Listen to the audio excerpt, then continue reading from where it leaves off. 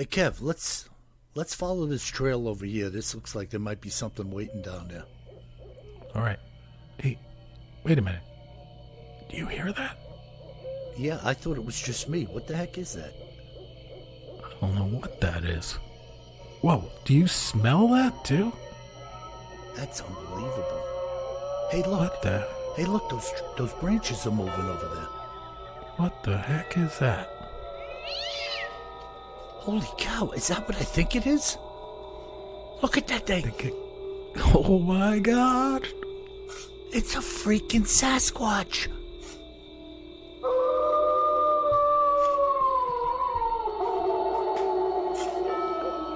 Welcome to the Bigfoot Terror in the Woods Sightings and Encounters podcast. I am your host, W.J. Sheehan, author of the series of books Bigfoot Terror in the Woods, Sightings and Encounters. 10 volumes available in paperback, ebook, and Kindle format at Amazon, and 9 volumes currently, hopefully 10 soon, available in audio format at Audible, iTunes, and Amazon as well. So please go out and partake of a few copies. And now, may I introduce you to my co-host and brother, KJ Sheehan. Kev, how are you? I'm doing great. How about you, Bill? Marvelous, marvelous. I told you before we got on that I moved my Bigfoot closer to the street so that he could frighten more people than he was. Just don't put it like in line with your bedroom in your house in case somebody comes by at night, gets frightened, and unloads a magazine from their AR in it. No, sure, everybody's riding around with an AR. Oh, I forgot. You live in New York. Hey, don't kid yourself. There's probably a lot of people riding around in New York with an AR, according to the police blotter. Ah, there you go. You know, when they bust these guys on these narco charges, it's ridiculous the weapons they have laid out on the table with the money and the drugs, you know? Oh, no doubt about it. I don't know what these guys are planning to do, a small assault on a small city or something, but they got for some serious frickin' weapons. But that's a story for another day, bro. That is a story for another day. Well, it's getting chilly here, Bill. We're well into the fall, even in North Carolina. It's getting dark early and getting chillier. Well, it's hard to tell when your hair stands up now whether it's from the cold or a Bigfoot's bearing down on you. Maybe a black-eyed kid in the bushes. Whoa. Can I borrow your telephone? Hey, mister, that's an awfully nice Bigfoot you have out front. Did you put that out for me? Because it makes me want to borrow your telephone.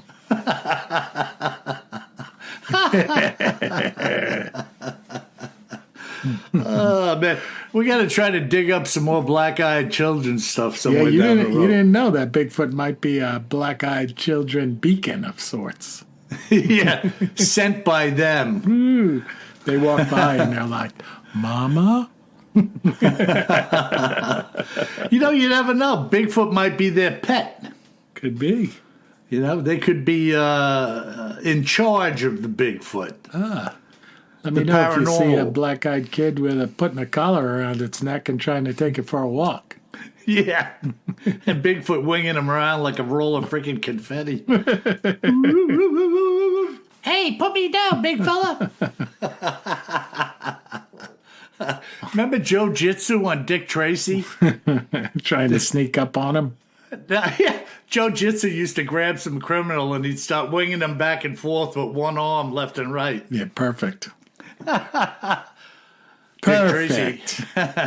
Dick Tracy calling Joe Jitsu. Come in, Joe. Remember all those stupid characters? Hepo Calorie. The big fat guy, Hepo Calorie. Mumbles. Couldn't get away oodles. with that now. Hepo large person. Holy. Hepo large person. Oh, boy. Oh, boy. So what do we have, bro, in our Cryptids in the News and Other Oddities segment? We are going to go back in time, and we're going to go across the Long Island Sound from you Okay. and up into northern Connecticut. Not too far. Not too far. You could get there within a couple of hours if you take the ferry. That is to say, if you want to get Oh, there. yeah, you may want to go there, or you may want to not want to go there after you hear this story. Yeah, I may change my mind. Yeah. The primary collection of these accounts is called the Winsted Wildman. Ooh. And it's written by a guy named Ray Bendici, which is where I Okay. drew most of my facts from. Okay. And Winsted is northwest of Hartford, Connecticut. So it's up near the border of Vermont and also close to the border of upstate New York, where Vermont, Connecticut, and New York come together. Right, that little confluence there. Yeah, and it's relatively close, by the way, to like a place like Whitehall, New York, which is a bit of a Bigfoot hotbed. Yeah, no doubt about it. Yeah. And this story of the Winsted Wildman, it first goes back to August of 1895. Ooh, we like the old ones. We do like the old ones. And at that time, the local newspaper called the Winsted Herald reported a large man, stark naked and covered with hair all over his body, that ran out of a clump of bushes. And in this case, it was witnessed by a town selectman named Riley Smith. So it's kind of interesting. Here it's, one of the VIPs of the town was the guy that went on record with the newspaper back in 1895 saying that he saw this creature. Yeah, he wasn't just somebody on a bender. Well, and he had a lot to lose, too, is my point, right? Yeah, yeah, absolutely. If they start saying, hey, old Riley Smith's a little crazy, well, he's not going to be the town selectman. Yeah, well, he was serious about getting it out, because otherwise he wouldn't have started talking about it. Yeah, and tell me if this doesn't sound, it's only a sentence or two, but tell me if it doesn't sound a lot like other Bigfoot encounters. So, Okay. Riley Smith, who was out in the woods with his bulldog, merrily picking some berries and minding his own business, when the creature came along, causing Riley to be, quote, badly scared, and his dog was fairly paralyzed with fear, close quote. Right? In the berry patch, you could imagine some scrub oaks around there in that part of Connecticut, probably 5 or 6 feet high, and all of a sudden he comes across this creature. It's amazing the effect they have on animals. Oh, yeah. The dog's like paralyzed with fear, right? Yeah. I've heard it again and again that the dogs don't even want to bark at They it. don't want anything to do with it. Yeah. Yeah. Interesting. Even though they're there with their master, who they generally want to protect, right? Right. So Riley described it as a wild, hairy man of the woods, 6 feet in height, and adding that the man's hair was black and hung down long on his shoulders, and that his body was thickly covered with black hair. The creature was remarkably agile, and to all appearance was a muscular, brawny man, a man against whom any ordinary man would stand little chance in a fight. What a description, huh? I know, it's awesome. It paints the picture, though, right? Like, you're Yeah. like, whoa, okay, this isn't like some scrawny guy that was lost in the woods for a while. Yeah, no starvation victim. No, and certainly we're going to get to it, but not a bear. Yeah. What do you mean not a bear? All bears have long hair hanging off of their shoulders. Oh, yeah. So this Riley Smith, the town selectman, he's not the only one that saw the wild man in that period of time. Wow. So over the next few weeks, the wild man was purportedly seen by at least 2 other witnesses whose descriptions matched Smith's very closely. There you have it. There you go. Now, the Winsted Herald, the newspaper then, They speculated that the wild man may have been someone named Arthur Beckwith, who was an escaped mental patient from the nearby Litchfield Sanitarium. Well, I don't think who so. just happened to have grown, foot-long shoulder hair. Yeah, covered with fur. Covered with fur while on escape. Maybe. Yeah. At least they didn't say it was a bear. Yeah. Unbelievable. And then the sightings then soon stopped as suddenly as they had started. And the Winsted Wildman disappeared back into the woods, and they forgot about it, at least for a while. And then about 80 years later, the Wildman reappeared in July of 1972. And the Hartford Courant, another newspaper, reported that a strange man-like creature was observed by two men on Winchester Road near the Crystal Lake Reservoir. At a long distance near a barn, they saw a figure about 8 feet tall and covered completely with hair that walked upright and finally disappeared into the woods. And when it was suggested that what they may have seen was actually a black bear, they replied, quote, "It was no bear," close quote. Yeah. And to me, right off the bat, it sounds obviously like two different creatures at two different points in time. Well, yeah, it's 80 years apart, right? So it's not likely the same creature. 2 years later, then, in September of 1974, the wild man was seen again, this time by two couples who had been parked at night by Rug Brook Reservoir. They described to police being terrified by seeing a 6-foot, 300-pound creature covered with dark-colored hair in the moonlight, and it fled the area immediately. The police went back to search and were unable to find any evidence of the creature. So, see, one thing I like about this, Kevin, not that I'm opposed to things otherwise, but the description is well below what we're used to hearing. We're talking 6 foot, 300 pounds. And I always say that it's possible that some of the people who give reports or accounts are just over-embellishing on what they believe they see because it's so massive. well, But in yeah, this and again, how do you, in those cases where they see something that they think is so massive, you don't have any relative thing to compare it to. Right. We compare it to other humans, right? Because we know other humans' weights in a general sense.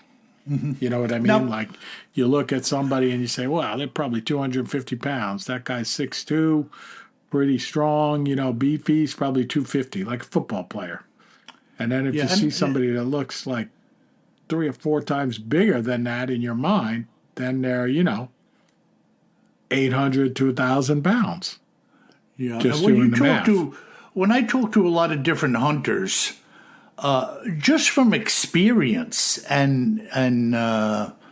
experience in sighting and taking animals down, they can look at an animal, a deer, an elk, a mule deer, whatever the case may be, a bear, and they can tell you pretty closely, just eyeballing it, a close weight range of what it is they're seeing. But 600 it's exactly that, though, Bill. It's that experience. Right. Just exactly. like, you have a lot of experience catching striped bass.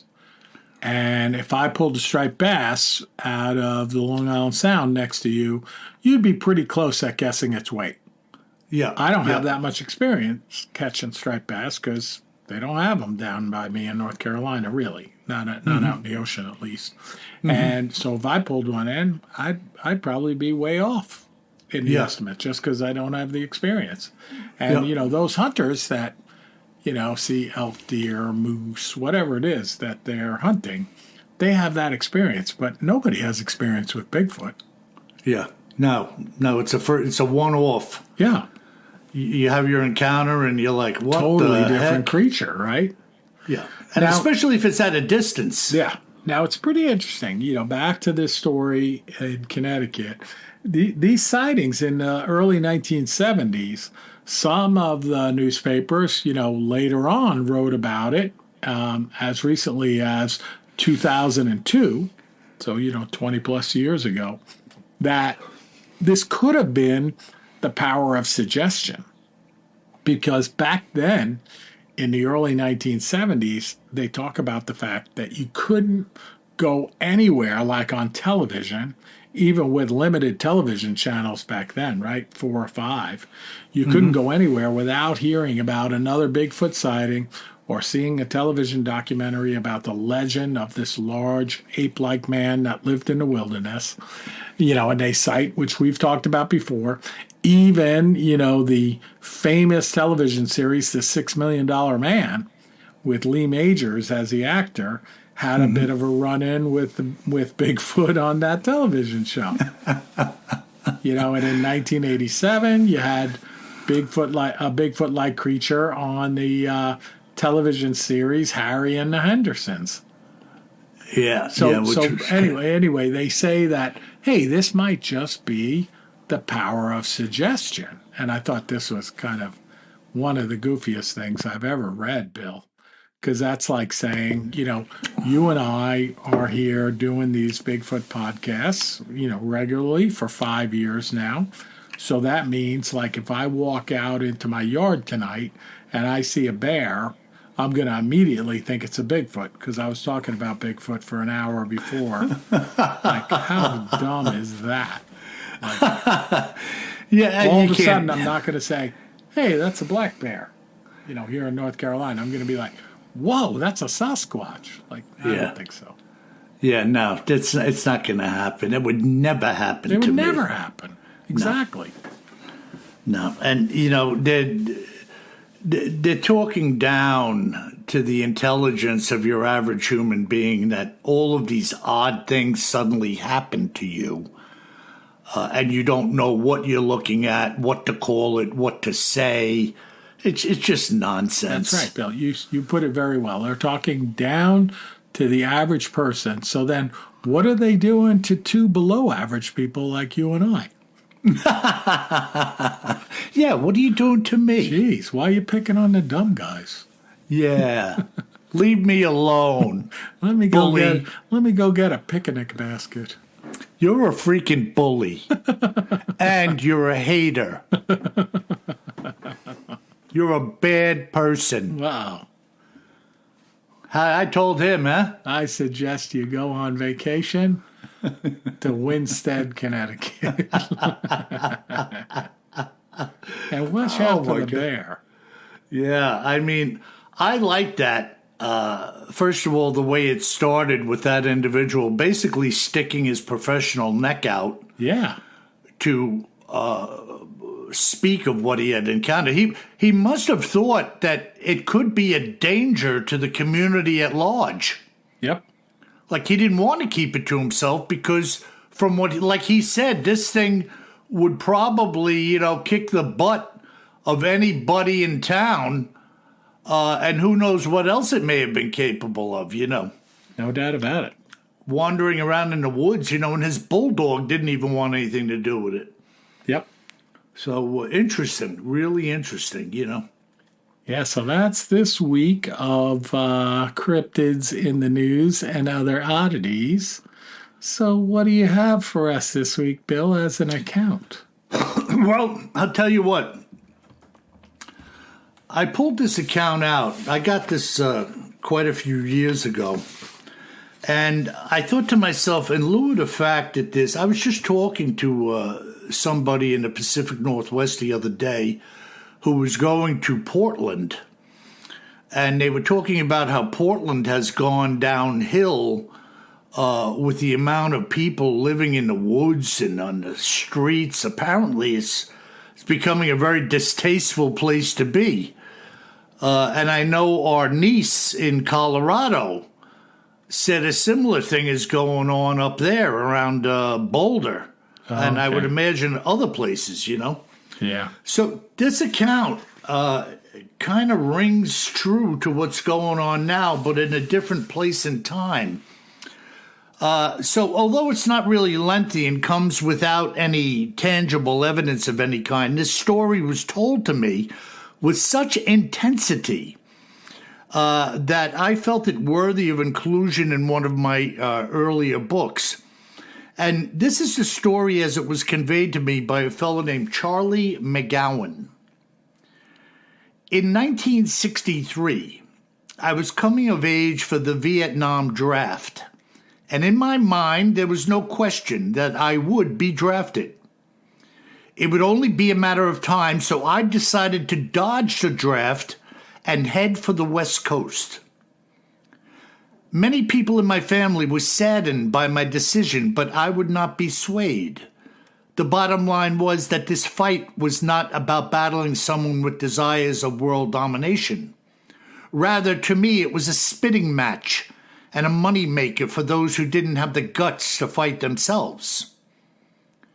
As I left, I thought that I could get lost in a crowd as well as anyone else. And the West Coast was as far away as I could get without leaving the country entirely, so I was willing to take a shot.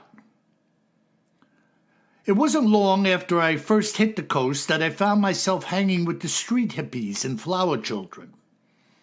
These people were wandering aimlessly through life, and for the most part they were doped out of their minds day and night, being the rebellious anti-war crowd which dominated California at the time.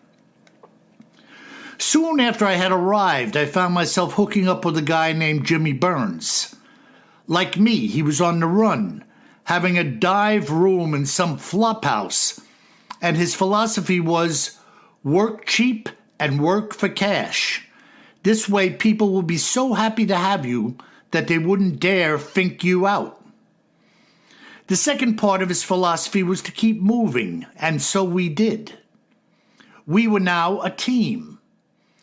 Thumbing rides was much too risky, so we had adopted the practice of jumping rail cars from location to location, and I had officially become a hobo. It was an extremely dangerous racket. Sometimes we would check the doors on freight cars at night, hoping to find one that we could sneak into, while at other times we would cling between two cars for hours at a time as the train ran down the tracks. Occasionally we'd even make our way to the roof and hold on for dear life. God help you if you had to go to the bathroom or got sick. In those days, the tracks were littered with many of those who fell to their death under the cars, doing exactly what we were doing. There was always the threat of being seen and having the cops flag the train down, but we were willing to take the risk. We soon found out that there was a network of camps running up and down the state. Thousands of guys like us and others created these godforsaken ghettos in the woods out of trash, scrap wood, and sheet metal. It was hell, and I was starting to wonder if I should give it up altogether. In the second camp that we had hit, one of the drunks told us to make sure that we sleep close together. We looked at each other for a moment, and I know that we both thought the same thing. When I questioned him about his motivation, he told me that guys disappear from this place at night, especially when the farming season was over. This dude staggered off, and the two of us realized that you could lose your life in these woods for a $5 bill, and no one would ever know the difference. We stayed awake that entire night. The next day I caught up with the same cat from the night before, and this time he was relatively sober. So I asked him about the guys disappearing. He looked me square in the eyes and said that the hairy men took bums like us for food. I shook my head in disbelief and asked him what the hell a hairy man was. And he told me there were things in the woods that man knows nothing about. When the food runs out in the fields, they come to us looking for a meal. This was the craziest thing that I had ever heard. Hairy men eating humans. All I can think was that this guy had to be touched in the brain. That afternoon, we split yet again. There was no way we were going to hang here for another night. We slept in the woods by a freight yard for 2 days, hoping to find an open car, and finally we did. Being a hobo was a lot like being an addict. If people dug you, they would take you in and hook you up with what you needed to know. You became part of the in crowd. Can you dig it, man? So on our next jump off, we found another camp and got hooked into a little work as well. We worked at a masonry yard for several weeks, crashing inside of some cesspool rings at night. The owner knew it, but he didn't care. We were giving him a good day's work on the cheap, and he knew that we were runners. He had a portable toilet in the yard and let us use his sink during the day. In keeping with our philosophy of always moving on, we split this scene after about 12 days and went back to the camp. When we got back, a number of guys said to watch our butts because one of the guys was taken in his sleep the week before. When we asked what he had been taken by, they told us that one of the big hairy suckers had gotten him, pulling him right out of his box, screaming and kicking into the woods. All of his crap was still in the camp, and no hobo would ever leave his stuff anywhere. That was the end for me. I hung in the camp for a few more hours while a couple of these guys talked about a boneyard they had found a few miles north that had human remains scattered everywhere. An hour later, I was on the highway thumbing a ride, and I didn't care if I got caught or even arrested. I was done with this whole scene. It took me almost 2 months to get home, stopping to work for some food and lodging along the way. When I got home, my draft number hadn't even come up. However, it did not too long after, at which point I had a change of heart and went into service. Thankfully, I had a good working knowledge of engines, which parlayed me into a stateside gig, and I am obviously alive and here today to tell you my tale. There you have it, Kev. Pretty cool. Freaking hobo. What a life, huh? How about this idea of people getting nailed in these camps out in the woods? Obviously, they were hiding. They didn't want to be seen, so they were probably in fairly deep, secluded, trying to stay off the radar, Yeah, I mean, who knows, right? Yeah, you don't know. But when you're out there, anything goes, man. Oh, yeah. No defense, no guns, no weapons. It could have been a cougar jumping up and biting you in the freaking throat and killing you. Yep. But in this case, he says they were talking about hairy men grabbing people when the farms went dry. Maybe that's just the way they looked at it. Who the heck knows, No idea. Yeah. I didn't understand when the farm, meaning like, I guess they have nothing to eat because the farms are... I guess when the harvest was done, their thinking was they were eating food or vegetables or fruits that were in the field. Okay. And it just seemed to coincide with the ending of the growing season of whatever it was that people seemed to get in trouble. Right. So, true or untrue, who knows? This is just what he relays, Who knows, yeah. Very, very bizarre. We will never know. No, now, I don't want to know. Now, they said this was in the Northwest, right? But they didn't say exactly where? Well, he said he was in Southern California. Okay. You're talking hippies and flower children and stuff back then. I remember Haight-Ashbury was a big location. Okay. But don't ask me where Haight-Ashbury is in California because I don't know. I don't know either. Yeah, so I'm not big on the locations in southern and northern and middle California. You know, when I look at a map, I'm like, oh yeah, okay. Right. But as far as me naming to you where they were, and he didn't even say. So, but how about jumping boxcars? Oh my God! What a dangerous! I can't imagine. And when he talked about like, what if you were sick? You know, jeez. Yeah, you don't think about it. You know, what if you got a ride on a roof? You were sitting on the roof and you had to go.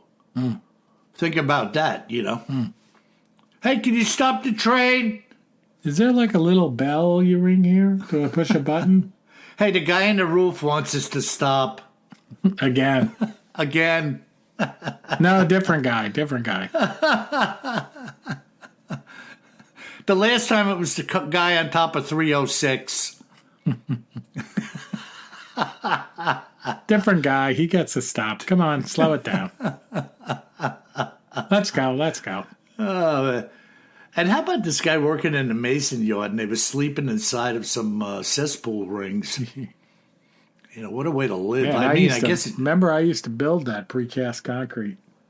Oh, that's right. I built those cesspool rings, cesspool covers, the whole thing, and I can't imagine sleeping in one of them. Well, it was shelter, right? To some extent. Oh yeah, definitely shelter. You know, I guess as good as any thin tent. Yeah.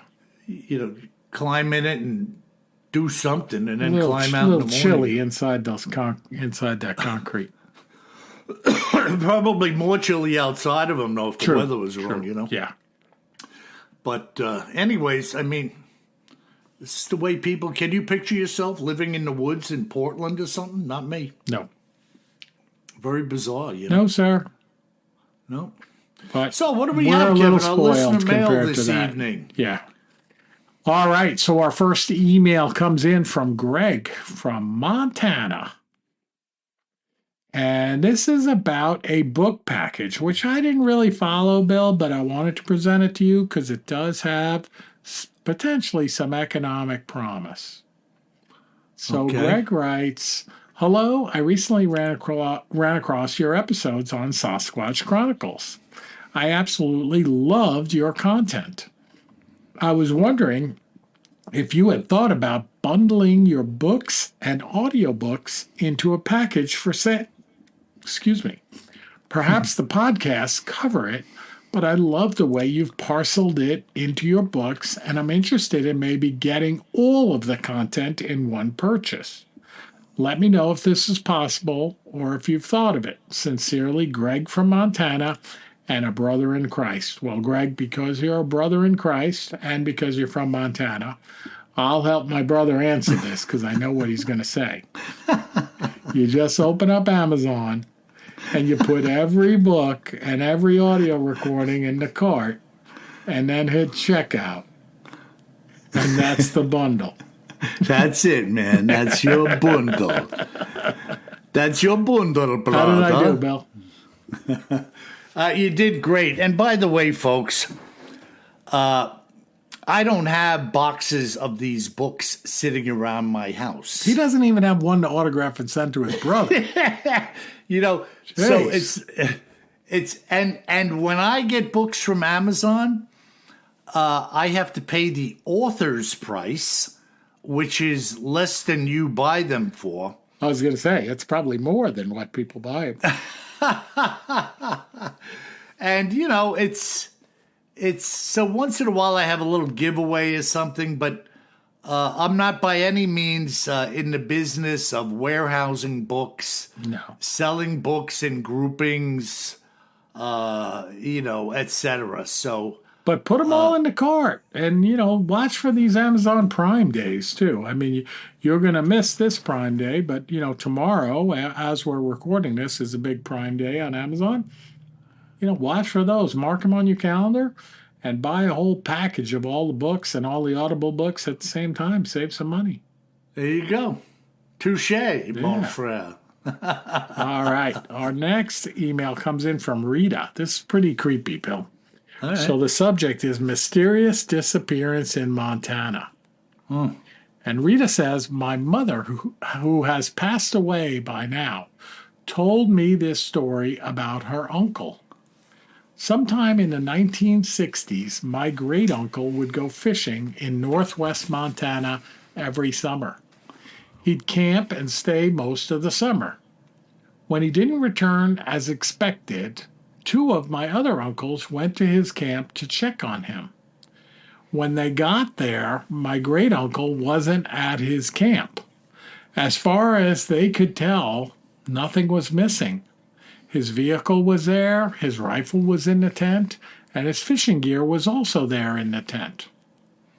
They searched the area and couldn't find him, so they reported him missing with the local authorities. They searched many miles around the camp, but he was never found. And nothing has been found of him in 50 or so years.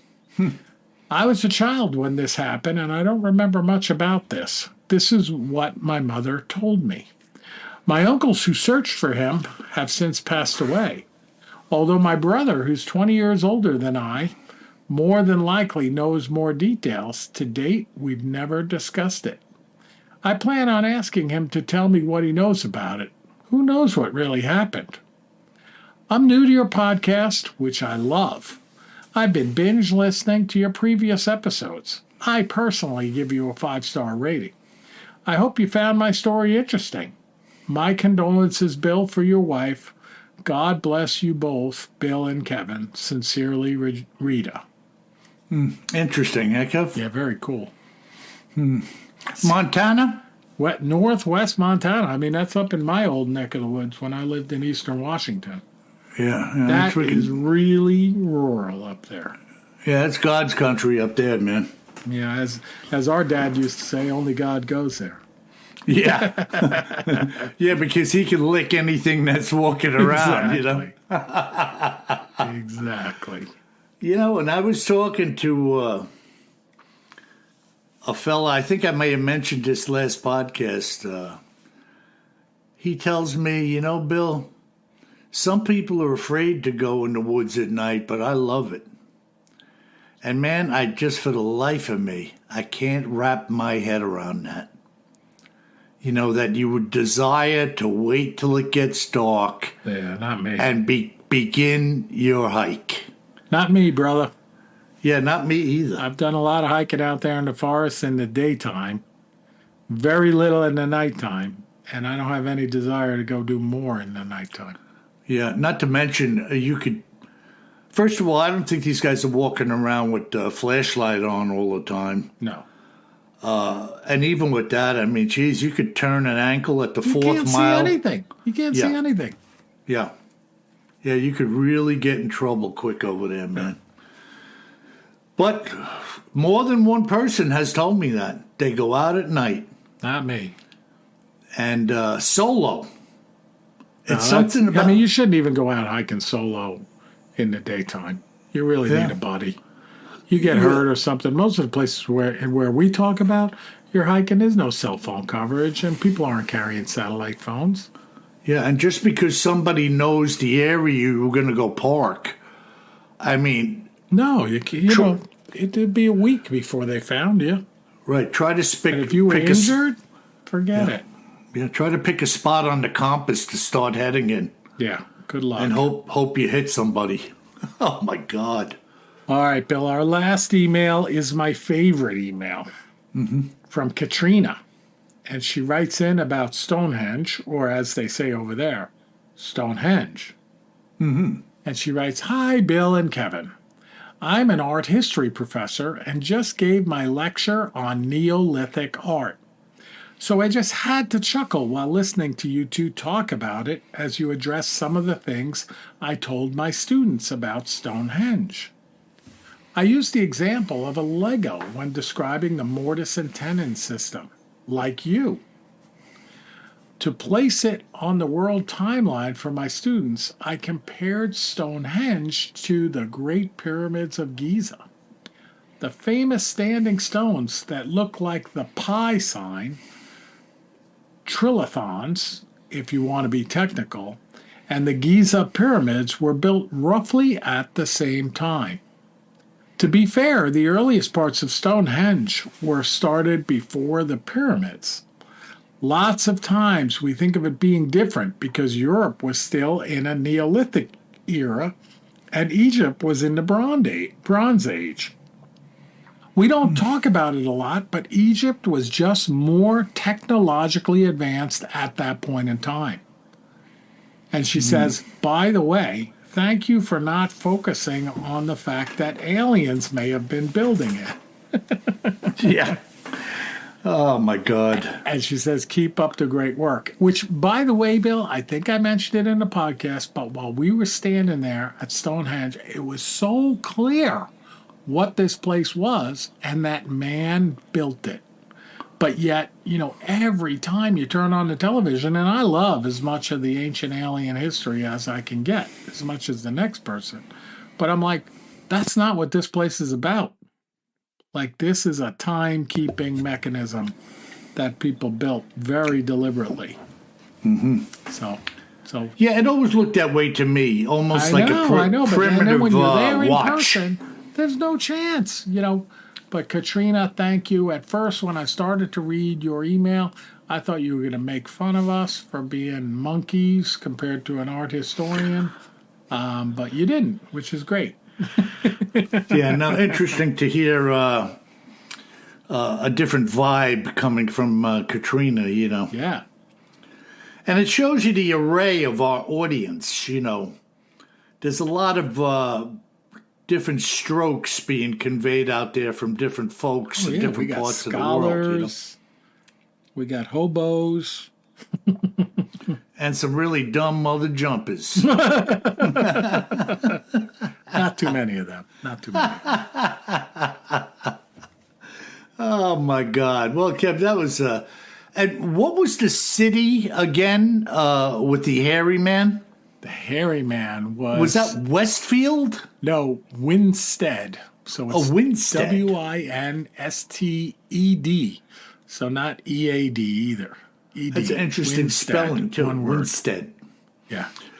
Well, anyways, great podcast. Good to have all you folks with us. As you know, last week, times were conflicted for my brother and I, and we couldn't put up a new podcast, but that happens. Yeah, we hope you enjoyed the old one, Yeah, and they're interesting too, And by the way, folks, if you want to contact us, BigfootTerrorInTheWoods.com. Hit the contact link. If you've seen something, say something, as so many of you have. I'm interested to talk to you, to hear what you have to say, where you were, what you saw, what evidence you found. Contact me at BigfootTerrorInTheWoods.com. And by the way, if you should find yourself walking around Winsted, or anywhere else for that matter, you better remember one thing, my friend. Always carry more gun than you think you're going to need. Sleep tight.